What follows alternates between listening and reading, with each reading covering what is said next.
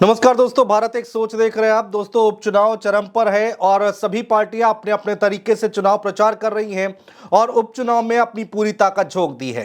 एक तरफ भारतीय जनता पार्टी, जिसकी सरकार है, उत्तर प्रदेश में लगातार दौरे किए जा रहे हैं, लगातार जनसभाएं की जा रही हैं। दूसरी तरफ अखिलेश यादव यानी कि समाजवादी पार्टी, उस समाजवादी पार्टी ने भी अपनी पूरी ताकत झोंक रखी है। वहीं तीसरी तरफ चंद्रशेखर आजाद अपनी तैयारियों में लगे हुए हैं, लगातार जगह जगह जा रहे हैं। 9 सीटों पर उपचुनाव होना है और इसी सिलसिले में कुंदरकी पहुंचे। मुरादाबाद की कुंदरकी सीट, कुंदरकी विधानसभा सीट मुस्लिम बहुल क्षेत्र है, मुस्लिम बहुल सीट है और यहां पर कहा जाता है कि कम से कम 60% मुस्लिम मतदाता हैं और यहां पर चंद्रशेखर ने अपनी पूरी ताकत झोंकी है। दोस्तों, जब कुंदरकी पहुंचे चंद्रशेखर तो उनका जोरदार स्वागत किया गया। हजारों की हजार भीड़ जो है सड़कों पर उमड़ पड़ी और जो जनसभा रखी गई थी वहां पर भयंकर भीड़ देखी गई। पार्टी के नारे लगाए गए, जो प्रत्याशी थे उनको जिताने के नारे लगाए गए, चंद्रशेखर आजाद के नारे लगाए गए। क्या कुछ हुआ दोस्तों, वो सब हम आपको दिखाने जा रहे हैं। क्या कुछ तस्वीरें निकल कर आई हैं, वो सब हम आपको दिखाने जा रहे हैं। और सबसे खास बात ये कि चंद्रशेखर की तरफ से क्या कुछ बयान दिया गया है, क्या भाषण दिया गया है, वो हम आपको दिखाने जा रहे हैं दोस्तों। तो चलिए शुरुआत करते हैं। चंद्रशेखर आजाद का सबसे पहले ये ट्वीट देखिए सोशल मीडिया एक्स पर।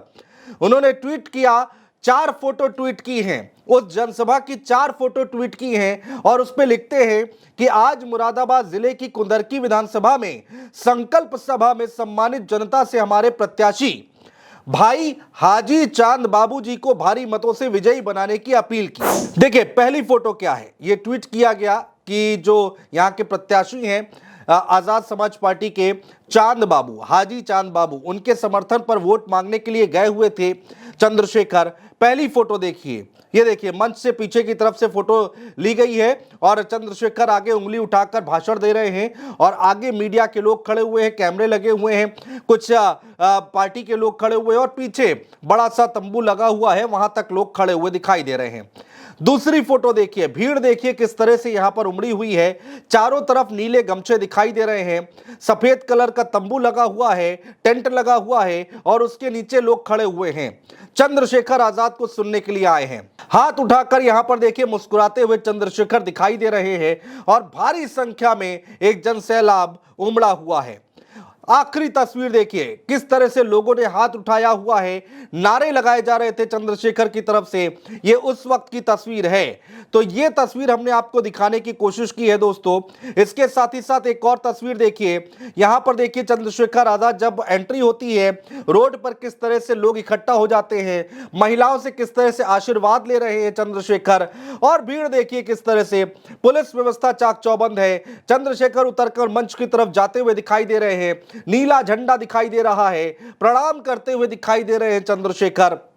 पीछे हाजी चांद बाबू खड़े हुए हैं जो कि प्रत्याशी हैं और यहां पर भाषण की तस्वीरें सामने आ रही हैं। तो ये तमाम तस्वीरें देखिए निकलकर सामने आई है। चंद्रशेखर जब वहां पर पहुंचे और किस तरह से यहां पर उनका स्वागत किया गया, भीड़ इकट्ठा हुई, वो हम आपको दिखाने की कोशिश कर रहे हैं। चलिए दोस्तों, एक और तस्वीर दिखाते हैं। ये मंच से जब चंद्रशेखर आजाद नारे लगवा रहे थे, ये उस वक्त की तस्वीर हम आपको दिखा रहे हैं। हाथ उठाकर लोग खड़े हुए हैं, चंद्रशेखर आजाद जो कि मंच पर मौजूद है, जरा सुनिए।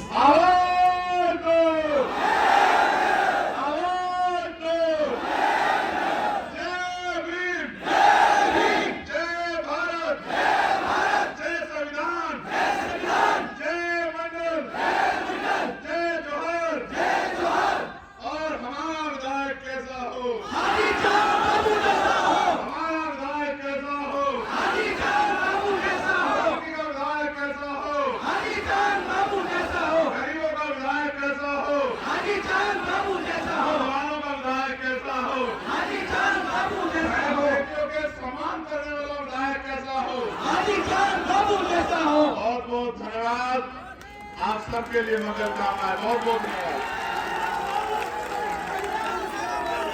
तो सुना दोस्तों आपने किस तरह से समर्थन मिला है। यहां पर चंद्रशेखर आजाद को नारे लगाए जा रहे थे अपने प्रत्याशी के पक्ष में, पार्टी के पक्ष में, और वहां पर किस तरह से रिस्पांस मिल रहा था लोगों का, वो हमने आपको दिखाने की कोशिश की है।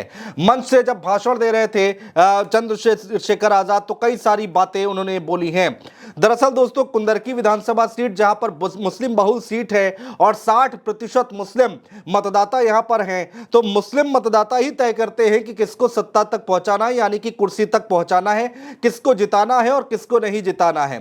तो एक तरह से यह भी कहा जा रहा है कि मुस्लिम वोटर्स को साधने के लिए यहां पर चंद्रशेखर आजाद खुद पहुंचे हुए थे और मुस्लिम वोटर्स को साधने की कोशिश कर रहे थे। मंच से उन्होंने कहा, चंद्रशेखर आजाद ने कहा कि कभी भी मुसलमानों का साथ नहीं छोड़ा है, चाहे दिल्ली में किसी का घर टूटा हो या फिर एनआरसी आंदोलन हो, जब भी मुस्लिम समुदाय को परेशान करने का काम किया गया वो साथ खड़े रहे, यह बात कही गई। फिर चाहे मौलाना कलीम सिद्दीकी का मामला हो या फिर तबलीगी जमात का मामला, मौलाना साद, नासिर जुनैद, नसीम हत्याकांड जैसे मामलों पर उन्होंने आवाज उठाई है, ये बात कही उनकी तरफ से। सपा की तरफ इशारा करते हुए उन्होंने कहा कि बहराइच और बुढ़ाना में जुल्म हो रहा है, लेकिन जिनके आपने 37 एमपी बना दिए हैं वो चादर तानकर एसी में सो रहे हैं, जबकि वो सड़कों पर लड़ाई लड़ रहे हैं। ये तमाम बातें कही गई हैं। तो मंच से क्या कुछ कहा गया वो सुनो। चुनावी सभा में कार्य कर रहे सभी नेताओं कार्यकर्ताओं का, विधानसभा के प्रभारियों का, जिले संगठन बूथ सेक्टर के समाज स्वाभिमानी नेताओं का, प्रदेश के अध्यक्ष जी का, उनकी टीम का मैं दिल की गहराइयों से बहुत बहुत धन्यवाद करता हूं। साथ साथ हमारे लीगल सेल का, मिशन 78 की टीम का और किसान मोर्चा की टीम का भी मैं धन्यवाद करता हूं।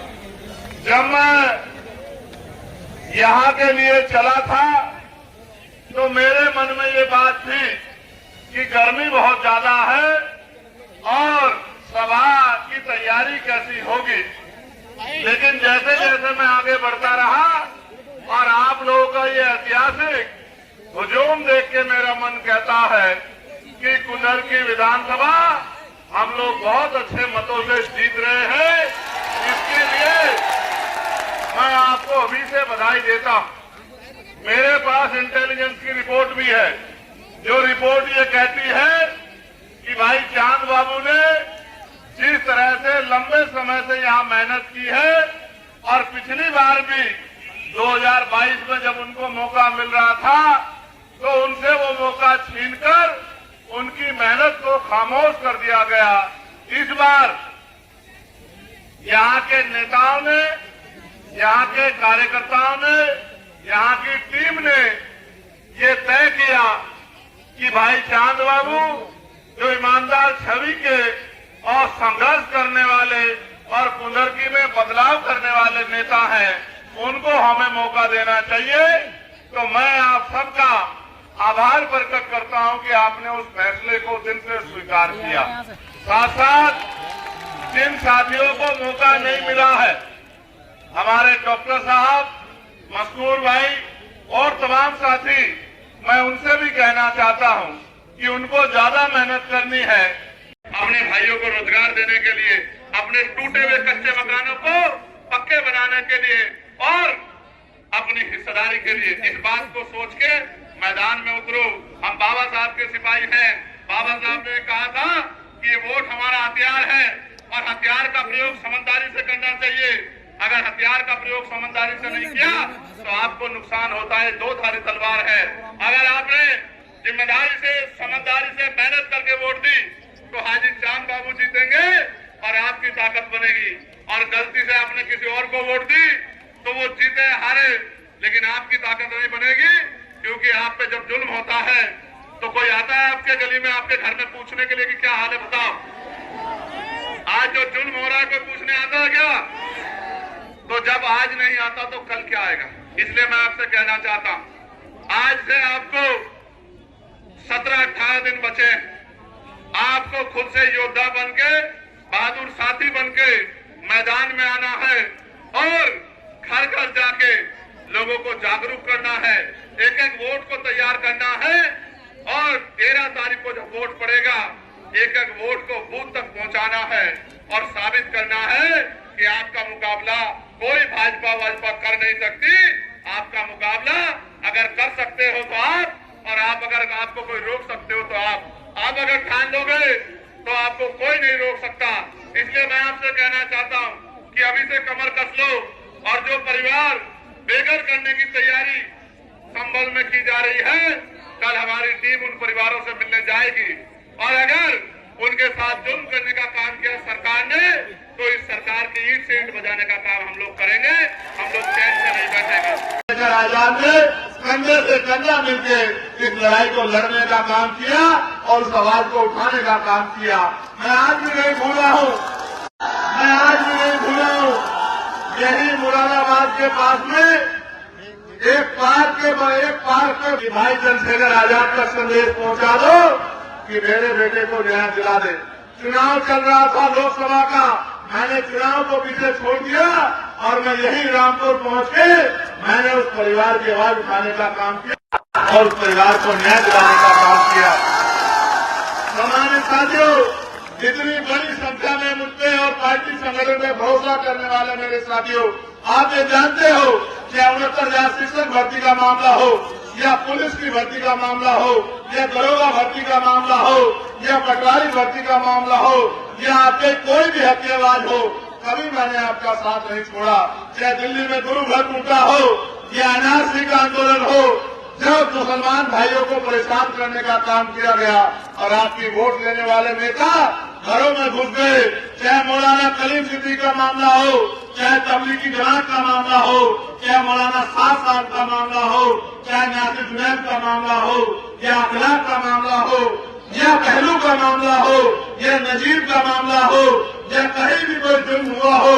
और अभी कुछ दिन पहले उत्तराखंड में चाहे वसीम की हत्या हो, जिस तरह का जुर्म बहराइच में हो रहा है, जिस तरह का जुर्म बुढ़ाना में हो रहा है, ये नेता जिनको आपने 37 एमपी जिनके बना दिए, वो चद्दर तान के एसी में पड़ते सो रहे हैं और चंद्रशेखर आजाद सड़कों में आपकी लड़ाई लड़ रहा है। और कभी कोई शिकायत नहीं, कभी कोई शिकायत आपने नहीं की है। और इच्छा ये है, सिर्फ इच्छा ये है कि जिस तरह देश के वीरों को सुख सुविधा का जीवन मिल रहा है, इस प्रदेश के और देश के हर गरीब को सुख सुविधा का जीवन मिलना चाहिए। इच्छा सिर्फ इतनी है कि जिस तरह से अमीर अपने बच्चे को प्राइवेट स्कूल में अच्छी शिक्षा दिला पा रहा है, गरीब के बच्चे को भी अच्छी शिक्षा मिलनी चाहिए और गरीब के बच्चों को भी रोजगार की व्यवस्था होनी चाहिए। तो सुना दोस्तों, आपने मंच से भाषण दिया चंद्रशेखर आजाद ने और अच्छी खासी भीड़ देखने को मिली है।